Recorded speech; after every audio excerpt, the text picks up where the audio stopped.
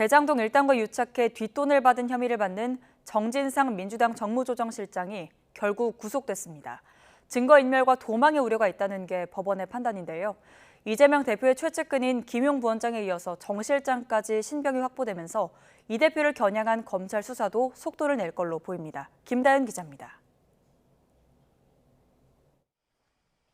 이재명 민주당 대표의 최측근 정진상 정무조정실장도 구속을 피하지 못했습니다.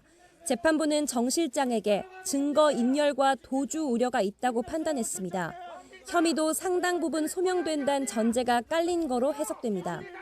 특히 지난해 9월 압수수색을 앞둔 유동규 전 성남도시개발공사 본부장에게 휴대전화를 버리라고 지시한 증거인멸 교사 혐의가 정 실장에겐 불리하게 작용했을 거란 분석도 나옵니다.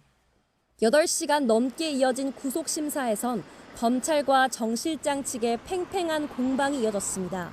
검찰은 범죄의 중대성 등을 들어 구속의 필요성을 강조했고 정 실장 측은 유 전 본부장 진술의 신빙성을 걸고 넘어졌습니다. 정 실장 변호인과 민주당 관계자는 신문 직후 출입기자를 상대로 기자회견을 열어 유 전 본부장의 진술이 바뀐 점에 주목해야 한다며 이번 심사에서도 객관적 물증은 발견하지 못했다고 주장했습니다. 이어 누가 CCTV가 설치된 비서실에서 대놓고 돈을 받겠느냐며 CCTV 존재를 증명하기 위한 도면도 제출했다고 밝혔습니다.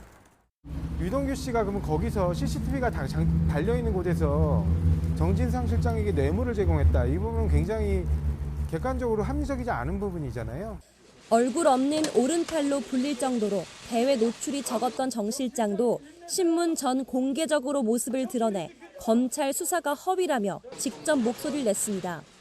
현 검찰 정권의 수사는 증자살인, 3인 성호입니다. 군사 정권보다 더한 검찰 정권의 수사는 살아있는 권력에도 항해해야 할 것입니다. 정 실장은 유 전 본부장을 통해 대장동 민간업자로부터 뇌물 1억 4천만 원을 건네받은 혐의를 받습니다.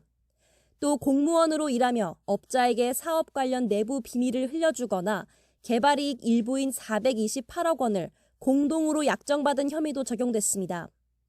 개발이익을 함께 나눠 갖기로 한 이 대표의 또 다른 측근 김용 민주연구원 부원장은 이미 구속 상태로 재판에 넘겨진 상태입니다. 검찰은 앞서 김 부원장 공소장과 정 실장 영장에 이 대표를 모두 164차례 언급하며 뒷돈이나 위례 대장동 개발 사업이 이 대표와 무관하지 않음을 드러내기도 했습니다. 공범으로까지 적진 않았지만 정 실장과 정치적 공동체로 묶은 건 향후 이 대표에 대한 수사를 위한 포석을 깔아둔 거로 풀이됩니다. 왼팔에 이어 오른팔까지 신병을 확보한 검찰 수사는 이 대표를 본격적으로 정조준할 거란 전망입니다. YTN 김다연입니다.